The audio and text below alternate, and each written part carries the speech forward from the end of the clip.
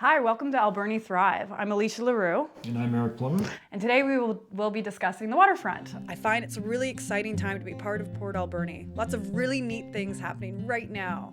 There's this critical period that Port Alberni is going through right now where it's trying to rediscover itself. And there's a lot of discussion about what works for Port Alberni, what's great about Port Alberni, what needs to be changed in Port Alberni.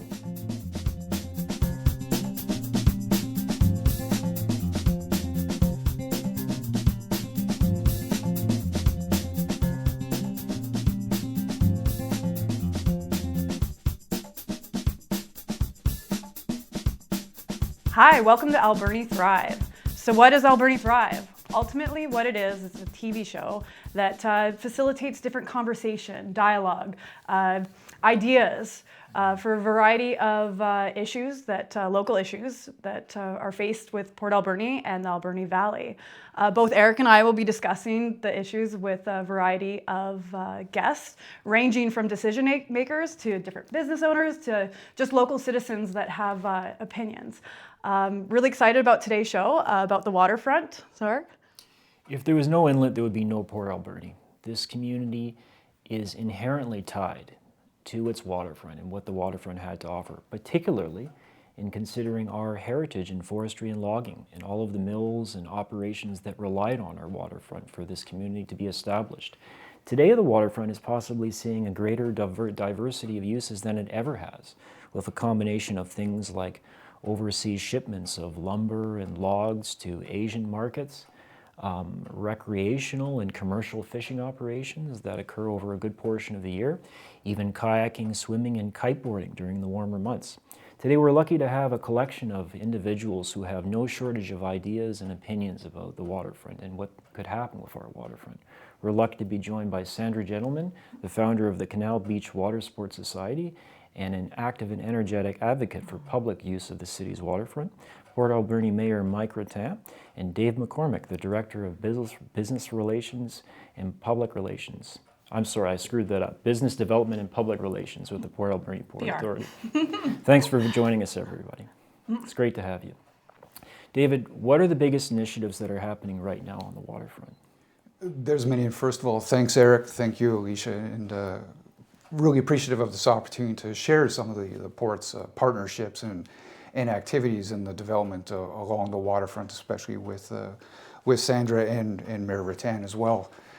There's an awful lot happening in the community when you take a step back and really look at what's occurring, what's happening now and what's planned. And probably the best way of doing it is to start linearly from the north side. So we'll start at Kootasee Haven Marina, where the Port Authority is partnering with the city of Port Alberni to attract a marquee attraction on that property at the focal point of this community as Canada's fishing capital.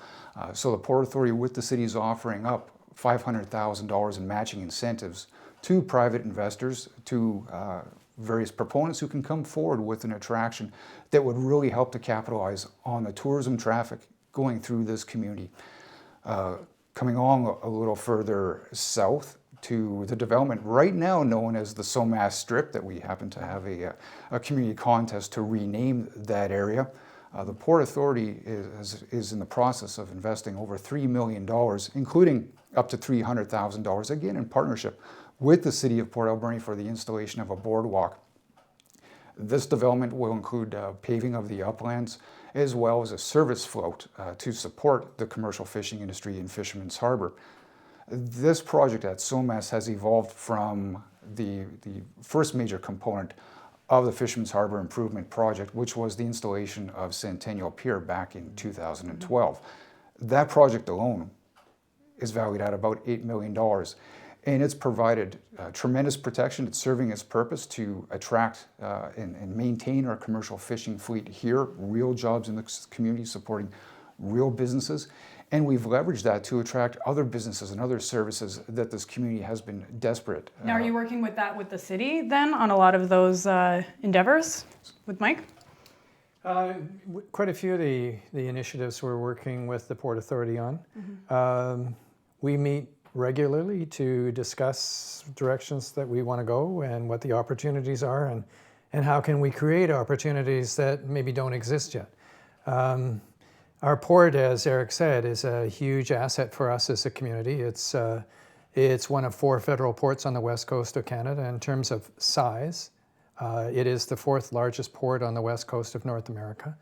It's an incredibly deep port with lots and lots of flexibility and lots of potential. So in terms of commercial applications, it has a lot. But the difference for us as a port is it's used for so much more than just an industrial purpose. It's used for recreational purposes. It's used for cultural purposes. We see it as this well-rounded, all-round community asset that we want to capitalize on, expand, take advantage of. For sure. Sandra, you are a huge advocate for recreational use of the waterfront. What do you think about some of the developments that you're hearing about and what's happening right now along the water? Thanks, Eric. And I wanted to just say thank you so much for inviting me to this. I feel really honored to be here. What a great opportunity to raise awareness about Port Alberni and our amazing waterfront. I mean, that's our jewel here in Port Alberni is the waterfront. More other waterfront communities who were industry only in the past has to transition to diversify the economy of the town. And with the global economy shifting, we do need to look at public access, like more potential for recreation, more tourism, ways to develop other opportunities for people getting onto the water and for other opportunities coming here to Port Alberni. So yeah, it's been an interesting 6 years of evolution of the waterfront here, and I'm really excited actually about anything to do that has to do with public access to our waterfront. I'm all for it. So however that looks, that's great because our whole waterfront in Port Alberni, pretty much 95% is not under city's jurisdiction. So it's Port Authority run and controlled and operated. So that's why we have to have really good partnerships, the city, the community, the residents with the Port Authority and the industry down there, Catalyst and Western Forest Products, so that we can all work together to make our community better and attract more people to Port Alberni. Because I know there was a segment that you guys just talked about population growth, and I really think the inlet, the waterfront is our untapped area that we can really explore in Port Alberni. And it's already happening. We're seeing more people coming because of the public access to the waterfront and the kiteboarders that are coming from all over the world. And that's something new. Like that's something really historically new in Port Alberni is actually having recreation in the waterfront. What's your guys' take on more recreation in the waterfront? It's extremely valuable. Anything that will attract more residents to our community to invest, to raise families, to become part of the culture, part of the history, part of the future of this community is really important. Not just for the future of the Port Authorities. We look to diversify the businesses that we look to support and invest. Our businesses we look at as partners in contributing economic and community value in Port Alberni. It was really valuable in terms of an exercise and an outcome in the partnership that the Port Authority created with the kiteboarders, with the City of Port Alberni, to create access and install the necessary infrastructure for a kiteboard launch right at Harbour Quay Marina, just a little bit south of Harbour Quay proper. So far, that's about $90,000 that's been invested in that project. And we really look to see some of those investments reap the returns for the increased access and eyes on the community. Recreation is really important to the Port Authority. We manage 3 recreational marinas, one of which has a campground at China Creek Marina. Mm-hmm. That has a history of some kiteboarding in the past. We're looking at a whole slew of different investments and opportunities there to continue to attract families. We're hopeful that a kiteboarding school will be operating there. Coming. Yeah, girl on a board. We're so excited. Had great conversations with her, Awesome. and we're really looking forward to that school setting up. And this is where we look to the community to help support us, not just the formal partners that we have here, but the community at large here is And the user groups. the Yeah. user groups, especially to be a voice, to bring other ideas, bring other initiatives that Yeah. create that value to our community, but specifically to leverage the opportunity at China Creek Marina. Yeah. We need that 6-kilometer stretch of road paved. Oh, that would be great. It's a Yeah. safety issue, Yeah. it's an access issue that is such a jewel for Yeah. this region that we could really capitalize. There's no other facility, campground, that can match that location in terms of proximity to the center and the beauty, yet feeling like you're a world away, but being so close. But we need to work and get the word out there and encourage the province to make that relatively Yeah. small investment so we, as a community, as a region, as Vancouver Island, can really support ourselves. Yeah. But we also have to look at the people that live in Port Alberni and support what they need to do. Because in the past, it's always been, oh, go to Sprout Lake if you want to go swimming, or go to Parksville if you want a beach, or go to Tofino. And why not? We have the ocean. We have a waterfront right here. I think we should really be helping people just use our waterfront here locally, that they could, take the bus and go for a swim in the ocean. What are the foremost considerations? I mean, you're talking about recreational use of the waterfront, but industry happening on the waterfront at the same time. For example, some of the very large shipments of logs and lumber that we regularly see go out of our inlet. What are the biggest considerations with that? Are these two things that are very different things, or can these two things happen alongside each other? We believe as a city that they can definitely happen alongside each other, and that's what makes it more vibrant. If it was just exclusively one or the other, you miss the vibrancy, that complementary vibrancy that happens. So we now have canned timber that is in the process of beginning to produce biochar. Well, that's a whole next generation use of wood fiber. Wood fiber that up to this point, every fall was burned. And now instead of being burned, it's being transformed into something that is really useful to society, really useful to the world in terms of filtering water and what have you. So that's a major initiative for us on the port. But the other thing that we did as a city was we just purchased the Imperial Oil property. And yeah, it's just a little strip of land, but it also has a 12-acre water lot attached to it. Has a nice little beach there. What can we do to develop that beach? What can we do to increase public access to that really important section of the waterfront as well? So it is important that we keep this waterfront, our waterfront, as diverse as we can, and that we work together with our industrial partners. The interesting comment to us from industry, or from the forest industry, is Port Alberni is the only place that they work with on Vancouver Island where they're seen as more than just hewers of trees. We push them to do other things, including make it possible for recreational access to their land. It's an important initiative on their part, and they realize that there's a lot of really positive PR for them when they do permit that to happen, when they do come into partnership. That's great news. Yeah, definitely. It's all about seeing opportunities and allowing diversifying. I mean, that right there is thriving, as you said. Well, since January, over 20,000 cubic meters of wood have been taken off of the slopes across from Harbour Quay. But Okay. yet you can't see it Yeah. because they've been so careful. Island Timber has been incredibly careful to make sure that you can't see the stumps from our side of the water, from the city side of the water. Yeah. And they literally have had a person on the city side with a laser looking exactly at where they're intending on cutting and saying, yes, take that one, but leave the one in front of it, because it has been a very, very interesting process. You can't see the roads, you can't see the stumps, none of Wow. it, but it has happened. Very interesting. So on that note, we're going to go to a break. So you at home, stay tuned, and we'll be right back.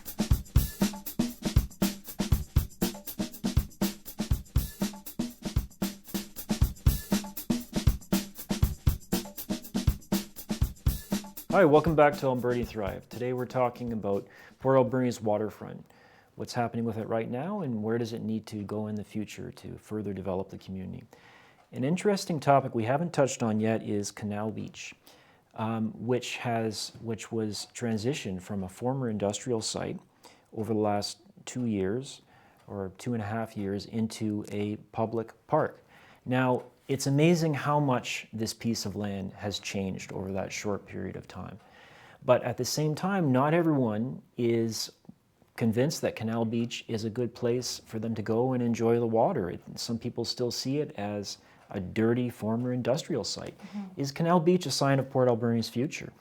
I think so, for sure. I think with the Esso Beach down the Imperial Beach and the Canal Beach, there's two little parcels of land that people can access the water. Prior to Canal Beach getting cleaned up by the city, it was there was no access along the whole waterfront for kayakers, for windsurfers, and for stand-up paddleboarders, because there was just, it's all a rocky, like if you look at Harbor Key, you can't get in. So it's been an interesting evolution of that area.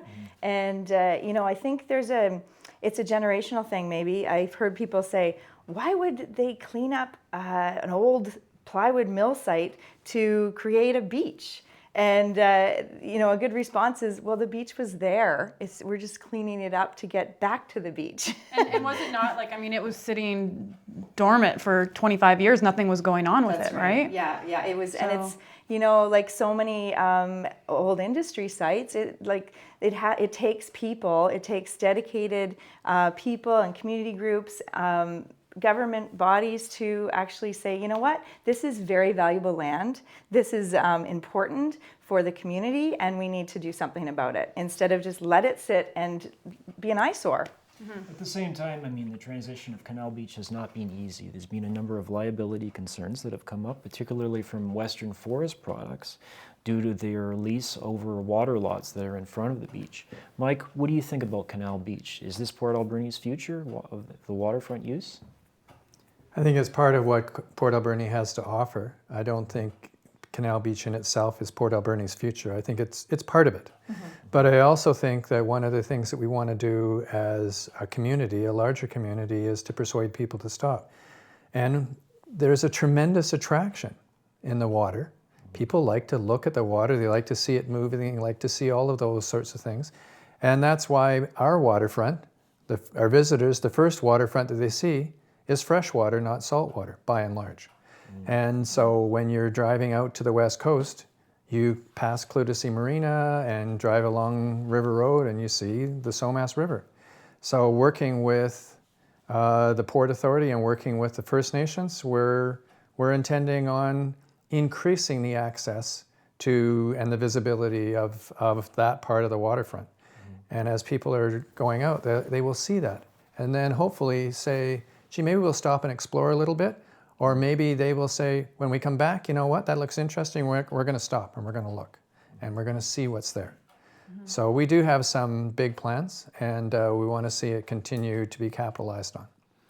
And it really is that vibrancy, those dynamics of industry and commerce and recreation mixing and blending together. The mayor hit the nail square on the head, is you need all these different interesting pieces coming together to attract all the various different interests. Each of us sitting here have our own personal and professional interests, but we gel around the common goal that there's a reason why we've chosen to work and live and raise families in Port Alberni, and we want to share that with the world. And there's all kinds of examples where these types of dynamics do interplay and work very well.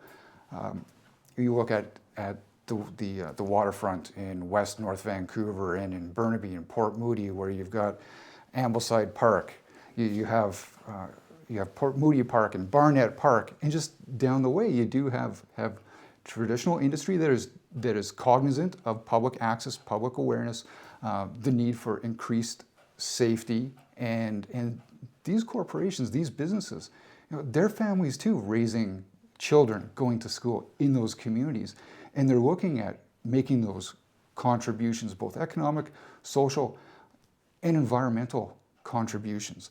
And that's where the port is headed with the Port Alberni Transshipment Hub for a long-term development further down the inlet. But with respect to how industry is changing and some of their priorities, the Port Authority is working with Western Canada Marine Corporation to construct, install a marine response service center in Port Alberni along the waterfront that will blend. It'll be a response to industry on the waterfront to make sure that should something happen, there will be an immediate global leading response to it. And the current vision is to include an area in the project for public education and engagement. These are all incredible developments for Port Alberni. What we're seeing here in the last 4 or 5 years is, I can't, it's unprecedented. Nice. In my time here, it's, And next month, the aquarium down at Harbor Key opens up.